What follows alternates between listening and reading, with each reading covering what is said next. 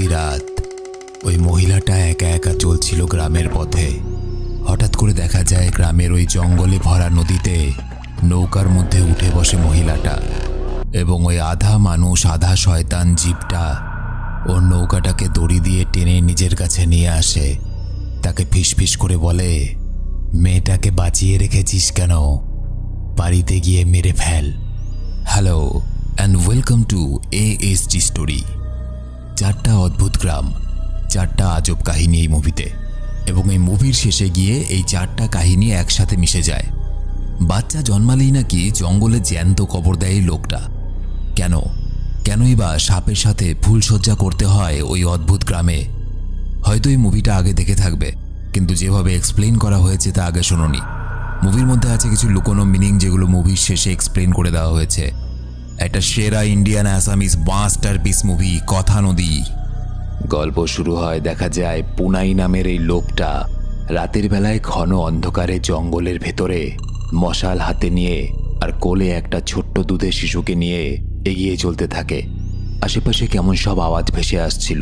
শিশুটাকে হঠাৎ করে এক জায়গায় এসে মাটিতে শুইয়ে দেয় এবং কিছুটা দূরে একটা গর্ত করতে শুরু করে।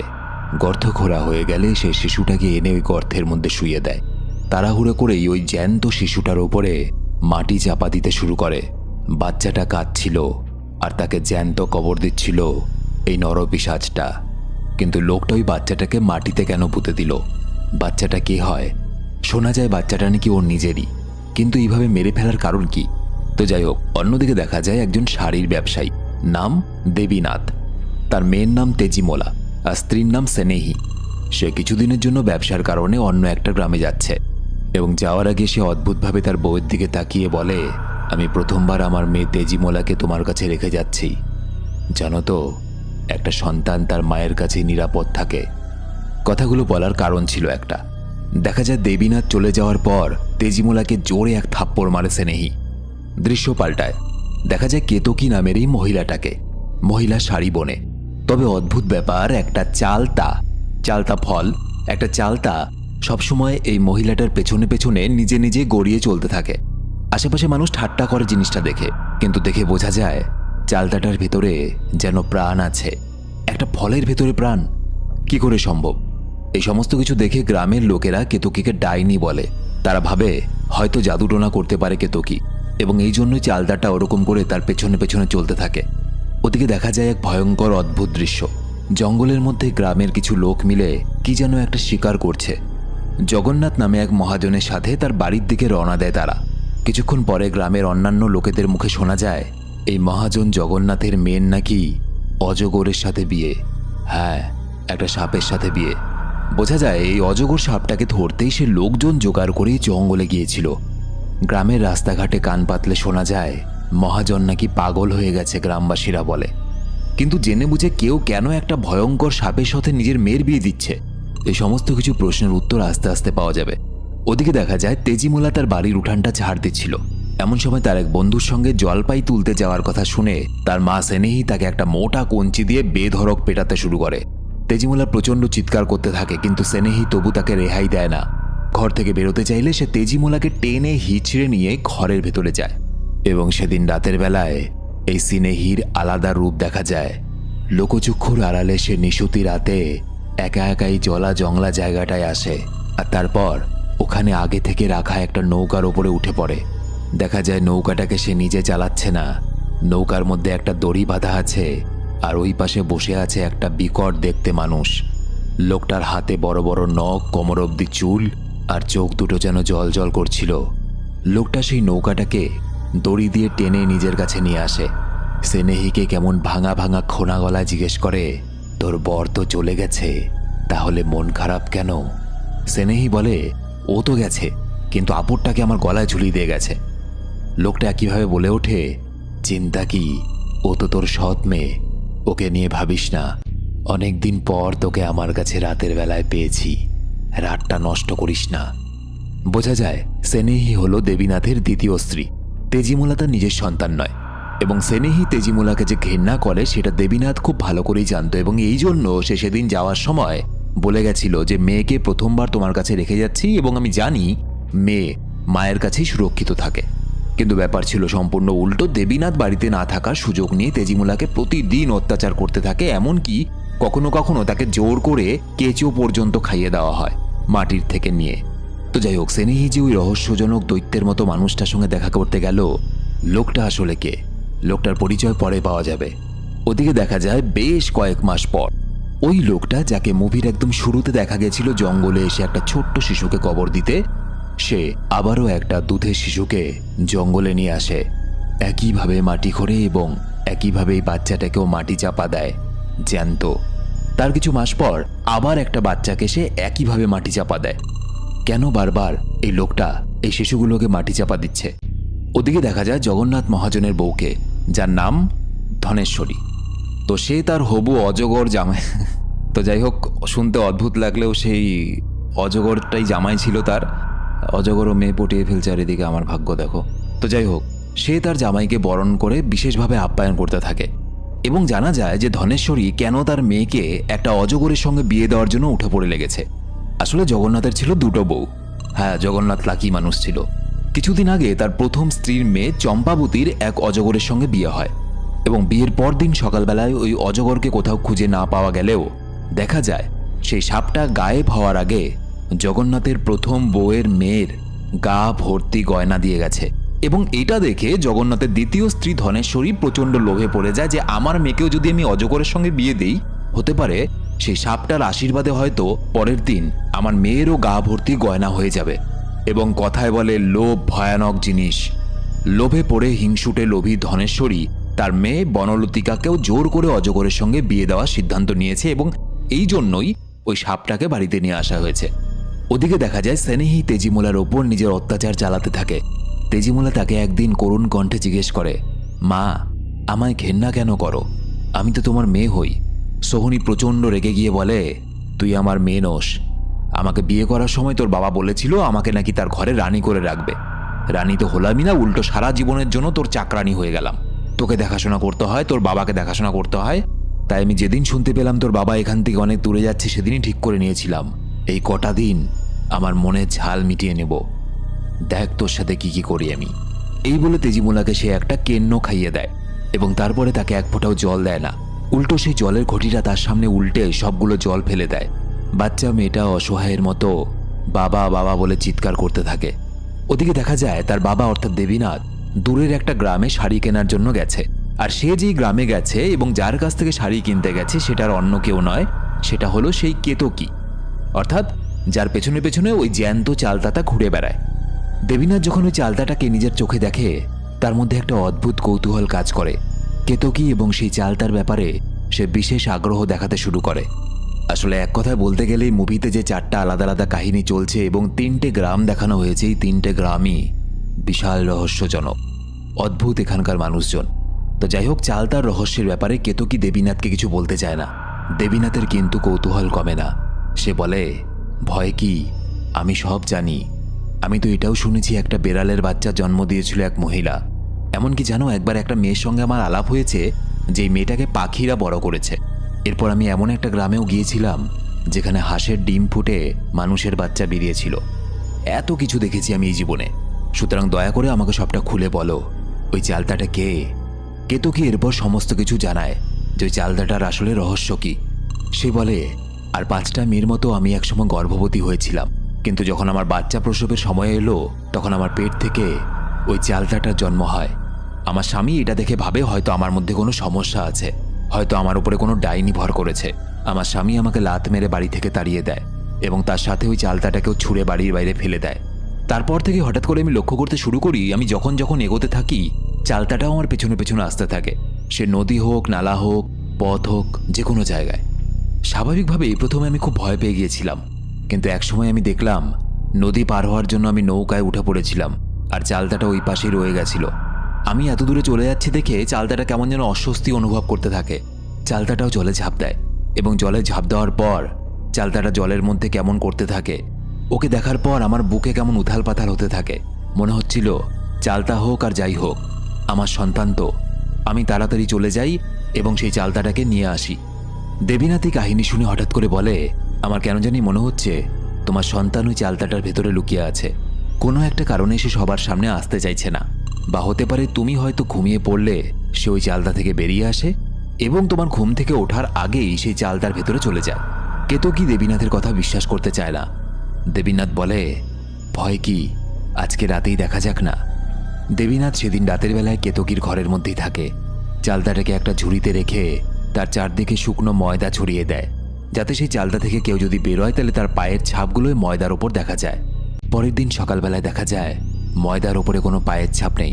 দেবীনাথ তখন বলে যে হয়তো চালতার ভেতর থেকে তোমার সন্তান আমাদের কথাবার্তা শুনতে পেয়েছে এবং এই জন্য রাতের বেলা সে বেরিয়ে তো এসেছিল, কিন্তু ওই ময়দার ওপরে কোনো পায়ের ছাপ রেখে যায়নি। এটা ভেবে সে কেতকীর ঘরে আরেক রাত থাকতে চায়। আজকেই সেই রাত, যে রাতে এটা প্রমাণ হয়ে যাবে যে চালতার ভেতরে আসলে কে থাকে। দুজনকে অবাক করে দিয়ে সেই চালতাটা কেতকীর কথা শুনে কেতকীর কাছে চলে আসে। এদিন রাতের বেলায় দেবীনাথ কেতকীকে বলে, কিছু অপূর্ব জিভে জল আনার মতো খাবার সাজিয়ে রেখে তুমি ঘুমের নাটক করতে থাকো। তারা এই সমস্ত কথাবার্তা বলে ঘর থেকে বেরিয়ে আসার পর ওই চালতাটাকে আর খুঁজে পাওয়া যায় না। কেতকী স্বাভাবিকভাবেই দেবীনাথের উপর প্রচণ্ড রেগে যায়, কারণ চালতাটাকে সে নিজের সন্তান ভাবে। সে চিৎকার করে বলে, আপনি এটা কি করলেন? আপনার সমস্ত কথাবার্তা শুনে আমার সন্তান আমার থেকে দূরে চলে গেছে, আপনি এখান থেকে চলে যান।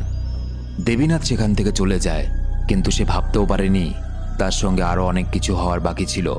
ওদিকে দেখা যায় পুনাই নামের ওই লোকটা যে নাকি বাচ্চাগুলোকে জ্যান্ত খবর দিচ্ছিল, সে আসলে পেশায় একজন জেলে। তার স্ত্রীর নাম মালতী। পুনাইকে নাকি তার মা বাবা মারা যাওয়ার সময় তার কাকার সব কথা অক্ষরে অক্ষরে পালন করতে বলে গেছিলেন এবং পুনাই তার কাকার সমস্ত কথা মেনে চলে। এমনকি তার কাকা নদীর যেদিকে মাছ ধরার জন্য জাল ফেলতে বলে সেদিকেই সে যায় এবং সত্যি সত্যি নদীর সেদিকেই সে প্রচুর মাছ পায়। এবং শোনা যায় তাদের ওই 3 সন্তানকে নাকি তার কাকাই মেরে ফেলতে বলেছিল এবং সেই সন্তানগুলো পুনাইয়ের নিজের সন্তান ছিল। পুনাই তার কাকার কথা এতটাই মেনে চলে অন্ধের মতো যে নির্মমভাবে তার 3 শিশুকে মাটিতে জ্যান্ত কবর দিয়েছিল। বর্তমানে তাদের আরেকটা কন্যা সন্তান হয়েছে। মালতী তার মাকে বলে, হয়তো এবারও পুনাইয়ের কাকা আমাদের এই বাচ্চাটাকে মেরে ফেলার উপদেশ দেবে। কিন্তু মালতী এবার আর চুপ করে সহ্য করবে না। প্রথমে সে তার স্বামীকে বোঝানোর চেষ্টা করবে, কিন্তু তারপরও যদি তার স্বামী না শোনে তাহলে মালতী ঠিক করে নেয় সেই কাকাকে সে খুন করবে রাতের বেলায়। তার স্বামী বাড়িতে আসার পর তাকে অনেক বোঝানোর চেষ্টা করে। সে বলে, তোমার কাকার এইসব কুসংস্কার, আমাদের 3-3টে সন্তানকে তুমি মেরে ফেলেছ, দয়া করে এবার আর করো না, চলো না আমরা অন্য কোনো গ্রামে গিয়ে সুখে সংসার পাতি। কিন্তু পুনাই রাজি হয় না। সে বলে, আমার কাকাকে আমি চিনি, 3টে সন্তানকে মারতে বলার পেছনে নিশ্চয়ই কোনো কারণ আছে। আমাদের ভালো হবে, আর আমাদের তো কোনো ক্ষতি হয়নি, উল্টে লাভ হয়েছে, আমার ব্যবসায় কত উন্নতি হয়েছে, তাই আমরা আবার এই সন্তানকে নিয়ে কাকার কাছে ফিরে যাব। উপায় না দেখে মালতী ফিরে যাওয়ার জন্য রাজি তো হয়, কিন্তু এবার সে নিজের সঙ্গে লুকিয়ে একটা ছুরি নিয়ে নেয়। কাকাকে হত্যা করবে সে। ওদিকে দেখা যায় স্নেহি তেজিমোলাকে দিনের পর দিন কিছুই খেতে দিত না। তেজিমোলা খেতে চাইলেই বলতো, খাবি, খিদে পেয়েছে, যা বাইরে গিয়ে দেখ অনেক পোকামাকড় পড়ে আছে। ওই বাচ্চা মেয়েটার পাশে বসে সে বিভিন্ন খাবার খেত, কিন্তু মেয়েটাকে খেতে দিত না। পরদিন রাতের বেলায় স্নেহি আবার ওই অদ্ভুত লোকটার কাছে গেল, যাকে দেখতে অর্ধেক শয়তান অর্ধেক মানুষের মতো। সেই লোকটা আগের মতোই ফিসফিস করে খোনা গলায় বলল, শোন, আমার মনে হয় তোর সৎ মেয়েকে যে কোনোভাবে পৃথিবী থেকে ছড়িয়ে ফেলার ব্যবস্থা করতে হবে। তুই কি ভেবেছিস ওর বাবা ফিরে এলেও কিছু বলবে না, চুপ করে থাকবে? মেয়েটাকে যত তাড়াতাড়ি পারিস মেরে ফেল। পরের দিন জগন্নাথের মেয়ে বনলতিকা, যার কিনা ওই অজগর সাপটার সঙ্গে বিয়ে দেওয়া হচ্ছিল, সে ছিল তেজিমোলার বন্ধু।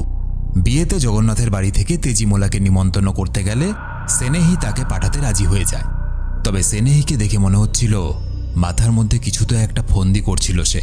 তেজিমোলাকে সে নিজের মায়ের একটা শাড়ি দিয়ে বলে, এই শাড়িটা পরবি, এই শাড়িতে তোকে খুব সুন্দর লাগবে, কিন্তু একটা কথা মনে রাখিস, এই শাড়িটার যেন কিছু না হয়, তাহলে তোকে আমি শেষ করে ফেলবো। ঘরে গিয়ে সে যখন তেজিমোলার জন্য ব্যাগ গোছাচ্ছিল, দেখা যায় একটা ইঁদুরকে সে ব্যাগের মধ্যে ঢুকিয়ে দেয় সে। তেজিমোলা যখন বনলতার বাড়িতে গিয়ে বিয়ের আগে ওই শাড়িটা বার করে পরতে যায়, সে দেখে ইঁদুরটা সেই শাড়িটাকে পুরো কেটে ফেলেছে।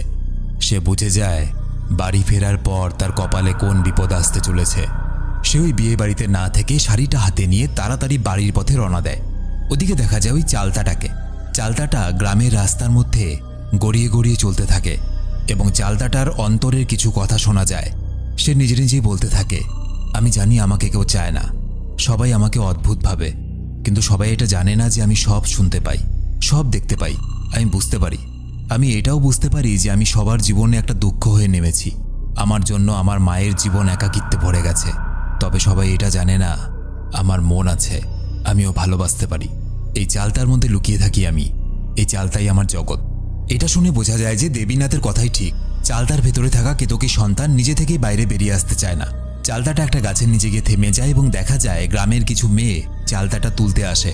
সেই চালতাটাকে নিয়ে যায় এবং দেবীনাথ দেখতে পায় ওই মেয়েগুলো অনেকগুলো চালতা নিয়ে রান্না করতে বসেছে এবং কেতকী সন্তান ওই চালতাটা ঝুড়ি থেকে বেরিয়ে এগোতে শুরু করে। মেয়েগুলো চালতাটাকে ধরতে গেলে দেবীনাথ এসে সেই চালতাটা তুলে নেয় এবং কেতকীর বাড়িতে গিয়ে কেতকীর বাড়ির সামনে গিয়ে ছেড়ে দেয়। কেতকী তার সন্তানকে ফিরে পায়। ওদিকে দেখা যায় জগন্নাথের বাড়ি, যার সঙ্গে ওই অজগর সাপটার বিয়ে হচ্ছিল। বনলতিকার বিয়ের মাছের যোগান দিতে যায় পুনাই, অর্থাৎ ওই জেলেটা যে কিনা নিজের বাচ্চাদেরকে পুঁতে দেয় জঙ্গলে গিয়ে। বিয়ের পুরোহিত এসে জগন্নাথকে বলে, তুই এটা কি করতে যাচ্ছিস? তুই কি পাগল হয়ে গেলি?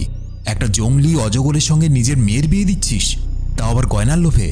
তুই আর তোর দ্বিতীয় স্ত্রী ধনেশ্বরী এটা ভেবেছিলি যে তোর প্রথম স্ত্রীর মেয়েকে অজগরের সঙ্গে বিয়ে দিলে সেই মেয়েকে সেই সাপটা জ্যান্ত গিলে খাবে, এবং এই জন্যই তুই তোর প্রথম স্ত্রীর সাথে তোর যে মেয়েটা আছে যার নাম চম্পাবতী, সেই চম্পাবতীকে তুই অজগরের সঙ্গে বিয়ে দিয়েছিলি। কিন্তু পরের দিন তুই দেখলি যে চম্পাবতী এত গয়নাগাটি পেয়ে গেছে এবং সেই সাপটা গায়েব হয়ে গেছে। অমনি তোর মনের মধ্যে লোভ জেগে উঠল যে তোর দ্বিতীয় স্ত্রীর মেয়ে অর্থাৎ বনলতিকাকেও তুই একটা অজগরের সঙ্গে বিয়ে দিবি। তোর কি মাথা খারাপ হয়ে গেছে? হতেই তো পারে অজগরটা তাকে মেরে ফেললো। এটা শুনে ধনেশ্বরী আরও রেগে যায়। সে বলে, তুমি যদি আমার মেয়ের বিয়ে দিতে না চাও, দরকার পড়লে বাড়ির চাকরকে দিয়ে আমি বিয়ে দেওয়াবো, তবু এই বিয়ে তো আমি করিয়েই ছাড়বো। বনলতিকার বিয়ের অনুষ্ঠান শুরু হয়। সব নিয়মকানুন মেনে তার বিয়ে হয় অজগরের সাথে। আজকের রাত সেই অজগর সাপটার সঙ্গে তার বাসর রাত। সহ্য করা যায়? একটা সাপ হয়ে বাসর রাত কাটাচ্ছে, আর রাতের বেলায় আমি মুভি এক্সপ্লেন করে কাটাই। তো যাই হোক, ধনেশ্বরী সেই বাসর রাতের ঘরটার বাইরে বিছানা পেতে শুয়ে পড়ে। মেয়েটা একটু পরপর বলতে থাকে, মা, অজগরটা আমার গায়ের ওপরে উঠছে ধীরে ধীরে। তার মা বলতে থাকে, তুই চুপচাপ চোখ বন্ধ করে শুয়ে থাক। আস্তে আস্তে সেই অজগর সাপটা তার পা কোমর ছাড়িয়ে বুক অবধি পৌঁছে যায়। মেয়েটা একসময় ভয়ার্ত গলায় বলে, মা, আমার ভয় লাগছে, আমার কষ্ট হচ্ছে, সাপটা আমাকে অনেক জোরে পেঁচিয়ে ধরছে। তার মাকে দেখা যায় সে খুশি হয়ে বলে, চিন্তা করিস না, ওকে ওর কাজ করতে দে।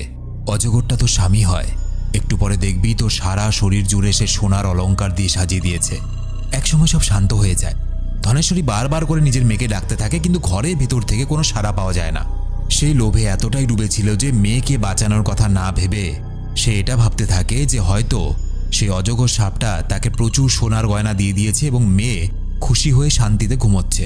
পরের দিন সকালবেলায় সেই ঘরের মধ্যে ঢোকার পর দেখা যায় সে ঘরের মধ্যে তার মেয়ে বনলতিকা কোথাও নেই।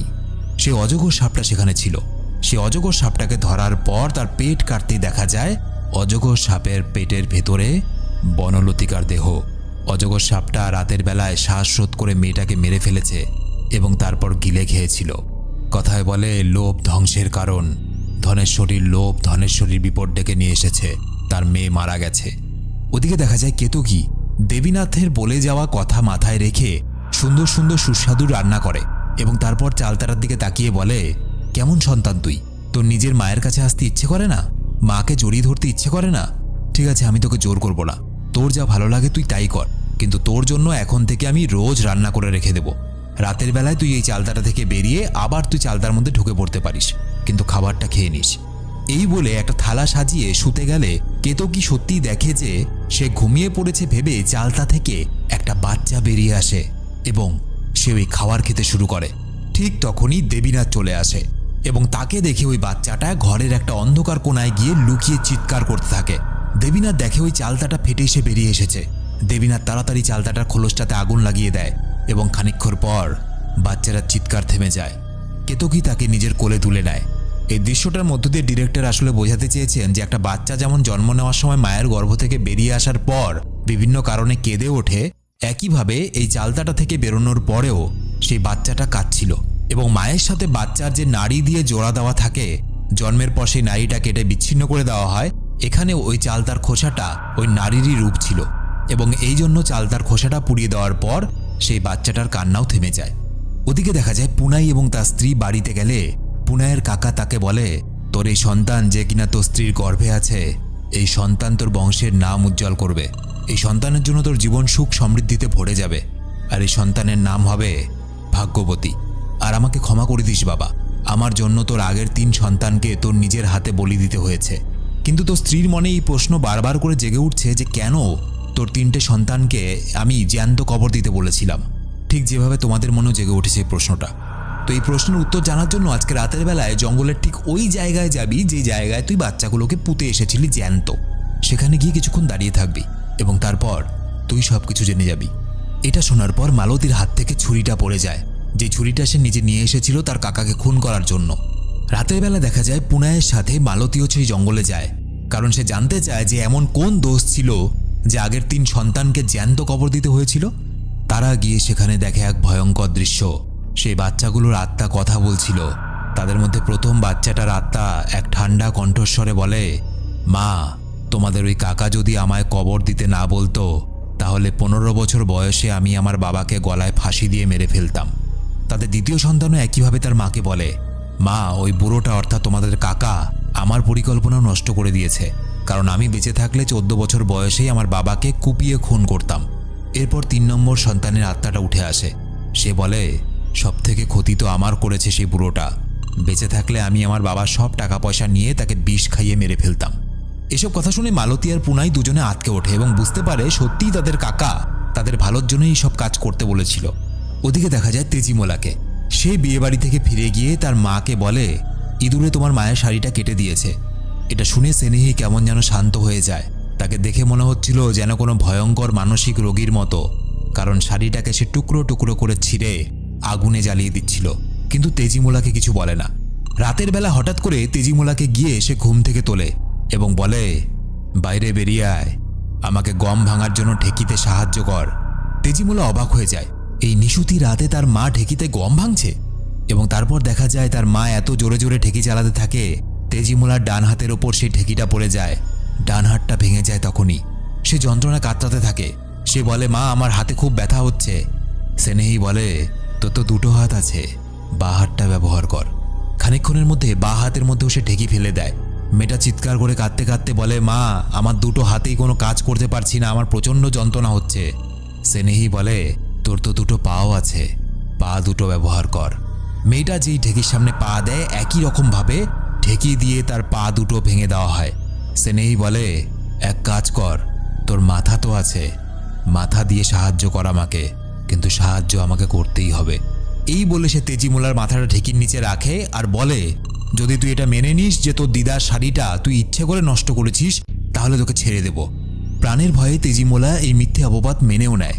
কিন্তু তখনই সেই অদ্ভুত দেখতে দানব লোকটা এসে স্নেহির কানে কানে বলে, এত বড় পাপের ফল ওকে নিজের জীবন দিয়ে চোকাতে হবে, ওকে ছাড়িস না। এই কথা বলা মাত্র ঢেকি চালিয়ে তেজিমোলার মাথাটা থেতলে দেয় স্নেহি। তেজিমোলা মারা যায় এবং তারপর দুজনে মিলে সেই তেজিমোলার দেহটা মাটি চাপা দিয়ে দেয় তারা। ওদিকে দেখা যায় পুনাই আর মালতী তাদের কাকা এবং তাদের ছোট্ট মেয়েকে নিয়ে সুখে দিন কাটাতে শুরু করেছে। ধনেশ্বরীও নিজের লোভে শাস্তি পেয়ে গেছে। কেতকীকে সাহায্য করে দেবীনাথ নিজের বাড়ির পথে রওনা দিয়েছে। আর ওদিকে দেবীনাথের বউ স্নেহিকে দেখা যায় সে তেজিমোলার কবরের সামনে পাথরের মতো বসে আছে। চোখ দেখে মনে হচ্ছিল চোখ প্রায় জলে ভরে গেছে এবং তেজিমোলার কবর থেকে একটা গাছ উঠতে থাকে।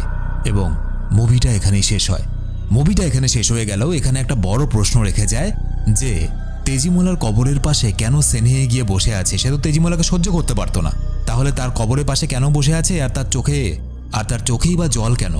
আর কেনই বা সেই কবর থেকে গাছ উঠছে? দেখো, ডিরেক্টর এই মুভিতে স্পষ্ট করে এইসবের উত্তর দেননি, কিন্তু আমি মুভিটাকে দ্বিতীয়বার ফ্রেম বাই ফ্রেম দেখার পর এবং সবকিছু অ্যানালাইজ করার পর, মুভিটা নিয়ে রিসার্চ করার পর যা বুঝতে পারলাম, হতে পারে মানুষ কখন কারো কবরের পাশে চোখে জল আনা অবস্থায় মন খারাপ করে বসে থাকে, যখন তার মধ্যে কষ্ট বা আক্ষেপ থাকে। হতে পারে স্নেহি যে লোকটার সঙ্গে কথা বলতো, আধা দানব আধা মানুষের মতো দেখতে, সেই লোকটা সম্পূর্ণ তার কল্পনা।